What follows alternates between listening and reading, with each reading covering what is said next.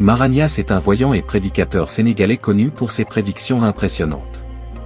Il annonce des événements importants avant qu'ils ne se produisent, touchant la politique, le sport et la vie des personnalités.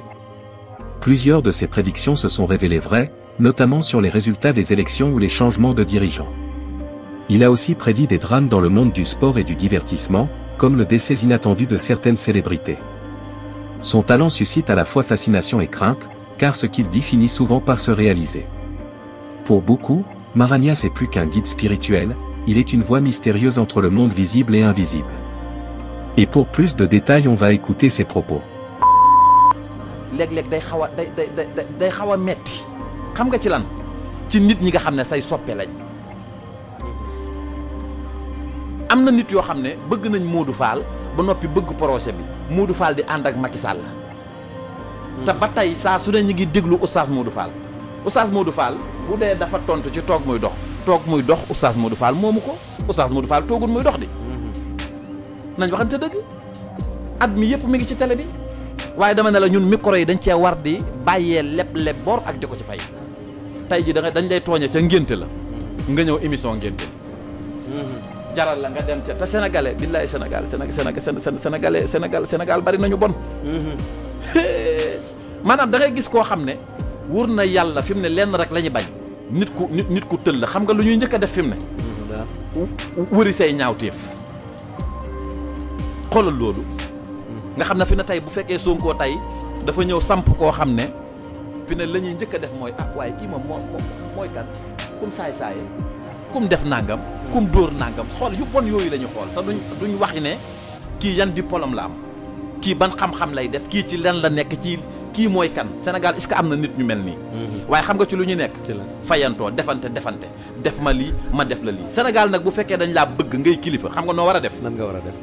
lu bari loo mën a wax waroo koo wax gis nga nit man damaa bëgg ci moom ñaari mbir lan ak lan muy jéggale tey jéllale loolu de lu am solo léeg-léeg da ngay toog ci micro nit soof la rek nga belee sak njabootam te mënoon a wax lu rafet nag waaye saa su ne yaa ngi xool ni mu gën a ñaawe tax seetloolu nag lii ma lay wax ñiy yàq nit ñi saa su ne ñi ngi yàq nit ñi waaye ñi ñuy yàq dañuy gën a baax ñi leen di yàqu ñoom di yàqu xoolal li ma la wax moo tax réew mi ñi fi bañ Sonko ñoo fi gën a sonn ndax dañoo fekk li yàlla bëgg ñu ne du fi amee waaye def boppam daal képp kuy dund fitna rek fi mu ne da ngaa bañ Sonko bu la neexee nga jox may tur ñëpp mën naa la wax fitna ji ñuy dund ñii nelawuñ ñii fi mu ne ñi ngi feebar yoo xam ne ñi ngi faju ji ñii bëgg nañoo génn réew mi mënuñoo génn am na ci ñeenteel mooy ñi moom dañuy faatu ñi ci des réew mi bëgg Sonko man nag forcé wu ma kenn ci bëgg Sonko waaye damaa nangu dogali yàlla yi li tax nga xam ne bëgg Sonko du force bëgg Sonko mooy bëgg réew mi ndax Sonko woowuñu ci boppam moo tax jibi daal xam naa ne Sénégal dana naqaree dana neex a defar waaye dana naqaree defar na bale gi yaa ngi may laaji tur waaye du ma la jox tur du ma la jox ay tur ndax tëm ñu ne man maa fi toog ngir joxe ngir saraxe ñenn ñi mais maa ngi doon laaj sànq parce que foofu am solo la ndaxte suma gars yi di ñëw insha allah waa Géwël ma leen di wax ne leen yéen ñi seetaan waaw bu leen toxal benn yoon seenub seetaan waaw ñi ma fi lim sànq ñëpp ñu ngi taxaw ñu ngi ñëw kii Saa Wolof Nuuru la Al Amin Dramé Imam Khalifa waaw imam waaw xaritu xorey si Thiam waaw imam moom dafa baax lool te waaw te xam lu bari moom it waaw te teg moo tax gis nga Sonko ay goro ko topp doxalal danaa ci ñëw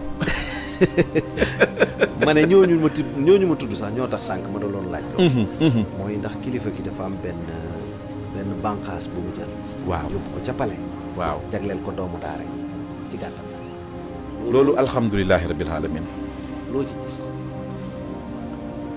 président Ousmane Sonko dafa xam yàlla ba noppi dafa gëm diine ba noppi dafa nekk nit koo xam ne dafa mas a wormaal kilifa yi lii nag firnde boo xam ne waneeti na lu musul am ndax lu toll ni alxuraan nit di ko jàngale fii ci réew mi fi mu ne yu bari mi ngi am warul woon a am xam nga lu tax situation wu ñi nga xam ne ñooy jàngal ndaw ñi boo demee ci sëñ daara yi ba fekk leen seenu toogin duñ na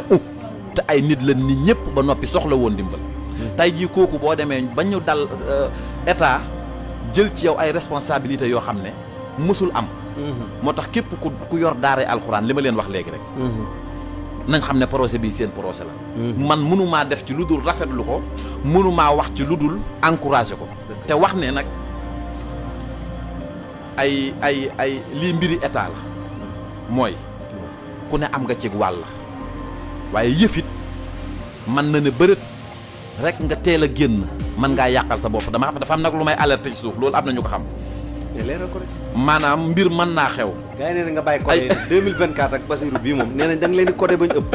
sëriñ bi leeralal rek leeralal damaa bañ ñu ngi waaj a jeexal émission damaa bañ ay séddoo ñëw xoola du ma ne sax séddoo état bi am ñu mu jël nanga ngeen nit ñi jàpp ne dañ leen cee boddi wala dañ leen cee génne te fekk demewul noonu mi ngi mel ni ñii ñu fal rek ma tiital leen lool ministre yi te yërëm leen ba noppi ñiñ falul ma am fierté ci ñoom ndax booba tey déggoo ku ne te loolu bëgguma mu am ci daara ji bëgguma mu am ci daara ji buñ ñu gën a gore foofu laay waxe ba tey ku ci nekk biñ la joxee cër da nga koo yéene ba noppi dañoo yërëm ñee moo tax ñooñ daara kuñ ci joxub cër wala ñu boole la ci da nga koo war a yërëm waaye waroo taxaw fële yor saw yat di dóor ndax ñun dañoo soof dañoo bëri wax dañoo bëri détail dañoo soof daal dañoo soof neexut a wax nag mais dañoo soof xeeti si dama yàlla baal sëriñ yéeg yii ñooy soxorante ñooy rëbbante ñooy yàqante ñooy fiirante ñooy lu ne dañoo soof ci gàttal daal dañoo soof te nit wërta soof ñii ñu fal nga xam ne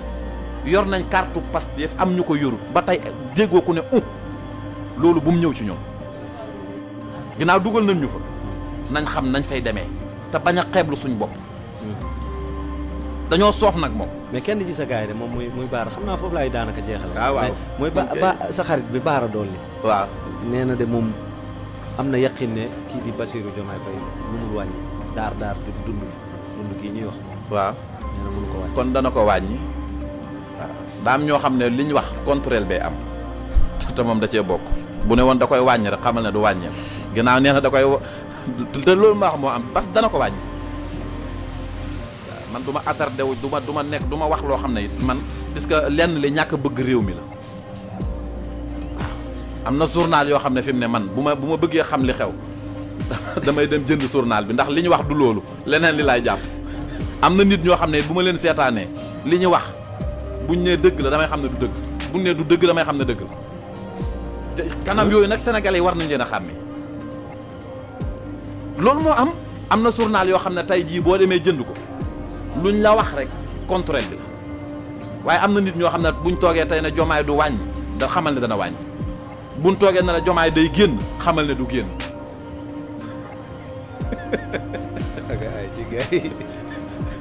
waaw ñooñu nag il faut sénégalais yi xam leen moo tax man damay am kersa ci ndaw ñi di leen corriger ci ay faay moo tax sama xol sedd na ci lool ci ni leen sénégalais yi ràññat leen man damay am kersa toog fii di fenal Sonko xam nga lu tax tey bu Sonko toogee fii na jàkk di xool Mara mook Jomaay mu wóor na leen ne man waxuma Sonko gisewuma ak Sonko déelaayuma ak loo ba noppi caméra yi tàkk rek Sénégal dafa am ñoo xam dañoo am complexe caméra rek ngay ratatati maa ko wax lii gisoon naa ko fii di yëkkati sa bopp ba noppi di yal nañu yàlla yërëm moo tax man daal li ma leen di wax mooy am na ñoo xam ne seenug waaw mooy seenug déet mooy seenug waaw waaw kii journal yu bari fii tey ñu ngi profité di wax nuñ leen arriéraat ñu xool wallaahi bu ñu sañoon mbir mi du am lii mbiru yàlla la te lii nag mbiri yàlla képp ku ko nar a gàllankoor suñ borom ngay jàkkaarloo te man wax naa la ko de procès bi daa bari ay man bañu ma ko opposé wu sëñ ji bi xam nga lu may bañ ab noonu mosuñoo apprécier lii maa ngi koy waxaat sénégalais yi képp ku ngeen gis mu naan damaa bëgg Sonko bañ Jomaay am naa fiq la képp ku nga naan daf maa bëgg Jomaay bañ Sonko ab saytaane la nit ki mënoo bëgg Jomaay ba noppi bañ Sonko loolu mënut ne ñun nit ki personnel intéressé wuñu quoi ay bëgg ki loolu kii ñu mais procès bi ak liggéey réew mi la ñu wax ñu bari nag ñi ngi wax fi ne di dóor ay coup xam nga luñ bëgg ku leen woo ci suuf mais danañ wax ba teppee ko wala ñu wax ba faatu kenn du leen woo te am na ñoo xam ne lii maa ngi koy dalale xelu Sénégal yi du ngeen leen mas a gis ci ginnaaw président Ousmane Sonko ñooy wax ba yàqu te Sonko fi mu ne lii man maa la ko wax ñu bari ñi ngi ci réseau yi di wax ñooy wax ba dugal seen bopp kaso Sonko du leen fa dugal ñooy wax lu leen dugal kaso te Sonko du ci laale rikk bu boobaa nag yéen a ngi seetaan ñëpp yéen a ngi leen di gis ñi ngeen di wax na ngeen am ngoru toog daal ne lii yoonu Sonko nekku ci waaye ñii di wax danañ wax bés maa la wax lii ba wax ja dugal leen kaso te Sonko du ci laale jërëjëf. kon Serigne Mara looy tàggatoo tàggatoo rek goo xam ne. ci Sénégalais yi loo ñuy dénk ñun ñëpp rek. tàggatoo rek mbégte jàkkaarloog yow daal. am naa ko. xam nga nag man. sa yére bu rafet bii ak ree ju neex bi. xam naa ne daal bëgg naa di ñëw waaye madame Ndiaye ak monsieur waaw monsieur yow xam nga nee na ma yow léegi yow ke waaye amul solo ndax Sénégal 7 moom lu waay gàtt dégg-dégg rek ci Sénégal fii mu toll xam ne dañoo bokk ci ñi nga xam ne dañoo révolution ay duñ koy waxee. révolutionné. da ngeen ko waxee noonu la. dinaa nettali Sénégalais yi benn mbir bu xewoon ci diggu coow li bu ñoom Cheikh Omar Bamba Diop ak ñëpp a ngi ci kaso bi kuñ fëgg rek man nga ne nga daw ñu kuñ fëgg rek nga daw ñu booba Sénégal 7 gii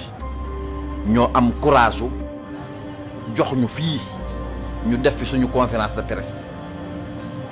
ba pare la ca war lépp ñoom ñoo ko def ngir lan réew mi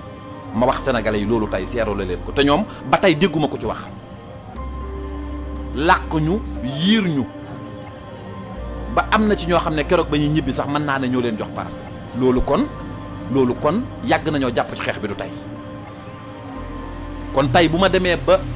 xeex ba am lu ci jàll ñu ñëwaat ma am fi plateau te fàttalikuwuma loolu rek du ma gor moo tax kilifay kër gi jàpp na ci liggéey bi ñu ngi koy jaajëfal moo kii soxnaam di leen wax ne jëf jooja de man dafa rëy ci man lool ndax booba ñëpp a ñuy daw waaye nga am fitu jox ñu saal am menacé ko jox ñu café ñu naan ñu gunge ñu def ñu te ma wax la ci lu garaaw keroog bi ñuy ñëw fii am na ñu toppoon ñoo xam ne am na ci koo xam ne damaa dox ba mu jàpp sama loxo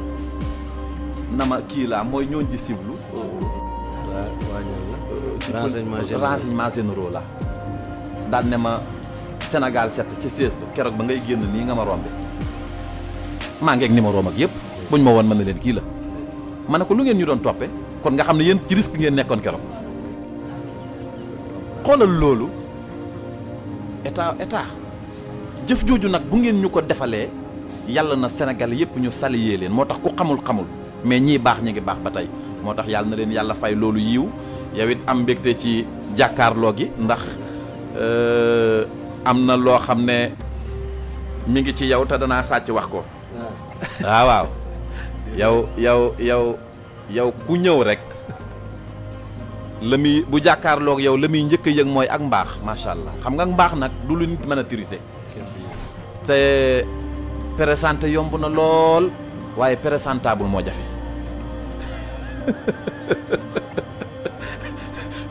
te loolu dafa baax ci liggéey bi surtout fii mu toll bu Cheikh Bara ñëwee bu gàttee xel day jàpp ne moom nga faral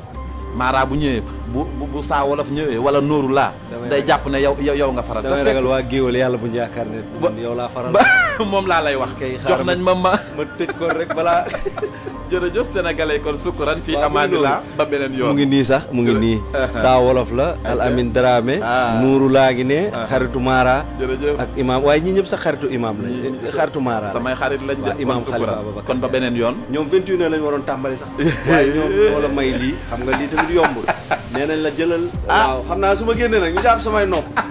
waaye tànk maa ngi nii rek garaaw rek. jërëjëf comme ni nga ko waxee su ma génnee reeleen rek. sukuraan reeleen rek yow daal de imaam moom dinaa gisee ak saa wolof. waaw moom Nuuru laa dinaa leen jégalu jërëjëf bëgg nañu bu baax. sukuraan fi amaanillah mbégte amoon nañ ko lool ànd ak yow ci émission bi vraiment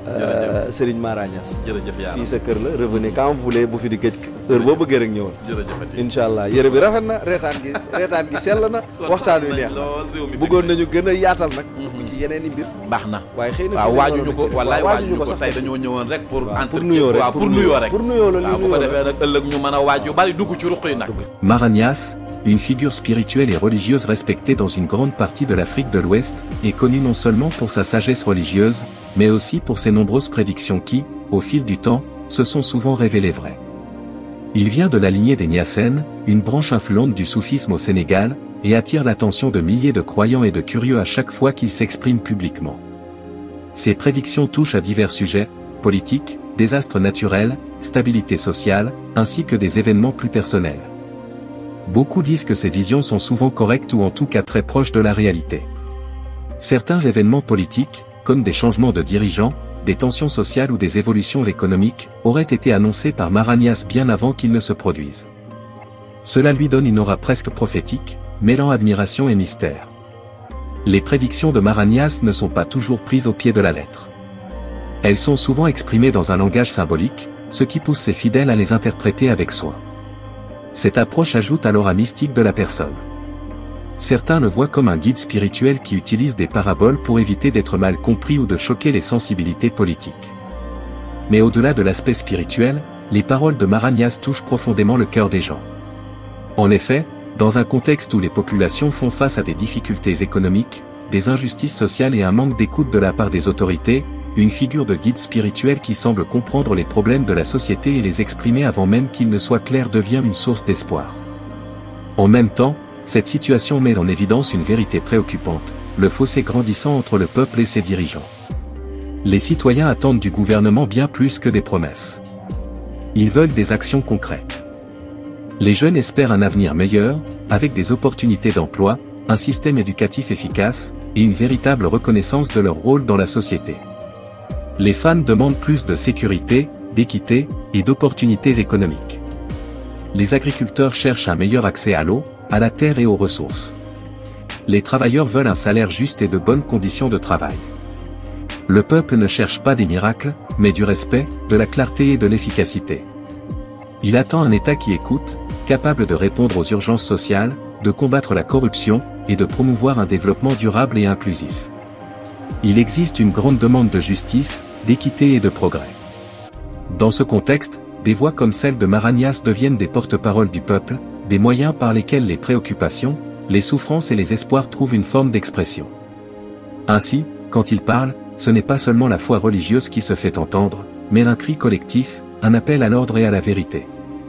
Ce rôle, bien que spirituel, touche directement le politique. Cela rappelle que la gouvernance ne peut être séparée des réalités du terrain, ni des valeurs morales. En fin de compte, les prévisions de Mara Niass, qu'on y croit ou non, révèlent une chose importante, un peuple en quête de repères, de stabilité et de justice. Et si les autorités veulent vraiment répondre à ces attentes, elles doivent écouter non seulement les chiffres, mais aussi les voix, celles du peuple, et parfois, celles des sages. Et c'était ça les amis, si cette vidéo vous plaît abonnez-vous et activez la cloche de notification pour ne pas louper aucune de nos prochaines vidéos.